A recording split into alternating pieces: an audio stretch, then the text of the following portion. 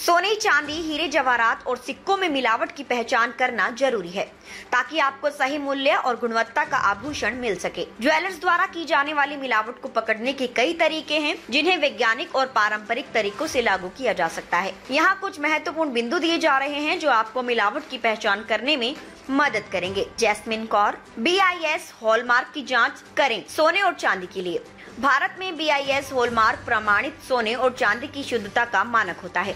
सोने के लिए BIS हॉलमार्क में 4 चीजें होनी चाहिए। BIS का लोगो कैरेट और फिननेस मार्क जैसे 1916 यानी 22 कैरेट, ज्वेलर का ID, मार्क परीक्षण केंद्र का निशान। चांदी के लिए BIS चांदी में भी हॉलमार्क होता है जिसमें 999 चांदी की सबसे शुद्ध गुणवत्ता का प्रतीक होता है। हॉलमार्क की अनुपस्थिति में मिलावट होने की संभावना अधिक होती है। 2 कैरेट जांच सोने की शुद्धता कैरेट में मापी जाती है। 24 कैरेट सोना 100% शुद्ध होता है जबकि 22 कैरेट और 18 कैरेट के सोने में कुछ मिलावट हो सकती है।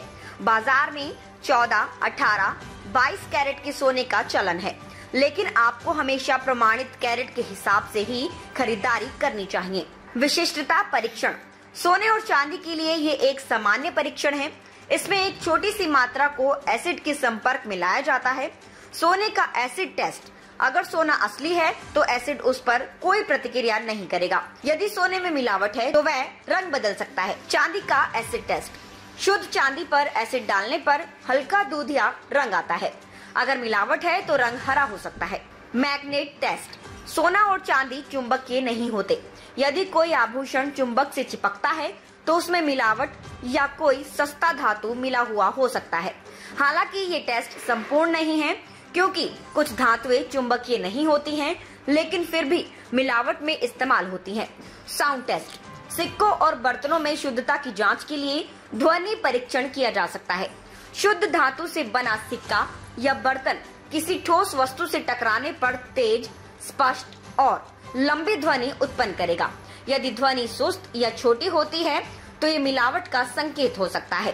स्पेसिफिक ग्रेविटी टेस्ट, हर धातु की एक निश्चित घनत्व होती है। सोने और चांदी की घनत्व अन्य धातुओं से अलग होती है। सोने की घनत्व लगभग 19.3 ग्राम सेंटीमीटर होती है। आप इस परीक्षण को किसी ज्वेलर या टेस्टिंग सेंटर में करवा सकते हैं। यदि किसी आभूषण का वजन उसके वॉल्यूम के अनुपात से मेल नहीं खाता तो इसमें मिलावट होने की संभावना है। हीरे की जांच, असली हीरा कभी भी धुंधला नहीं होता। अगर आप हीरे पर सांस छोड़ते हैं तो उसकी सतह पर कोई धुंध नहीं बननी चाहिए। प्रिज्म टेस्ट, असली हीरे के अंदर प्रकाश के प्रवेश से इंद्रधनुष के रंग नहीं दिखते, जबकि नकली हीरों में ये देखा जा सकता है। हीट टेस्ट, असली हीरे पर अगर आप गर्मी लगाते हैं तो वह टूटता नहीं है, जबकि नकली हीरे पर गर्मी से वे दरारें दिखा सकता है।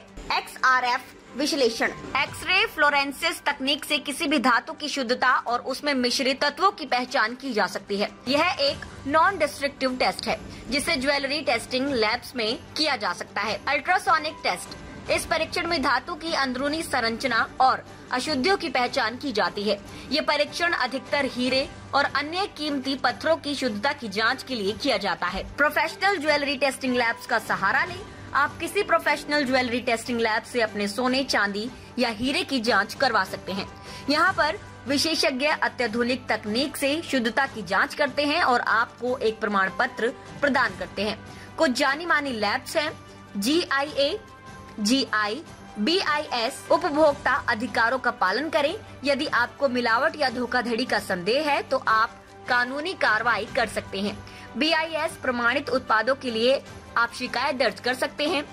निष्कर्ष, मिलावट की पहचान के लिए वैज्ञानिक और पारंपरिक दोनों तरीकों का इस्तेमाल करना जरूरी है। ज्वेलर्स की प्रमाणिकता की जांच, उत्पाद की शुद्धता और सही प्रमाण पत्र लेने से आप खुद को मिलावट से बचा सकते हैं।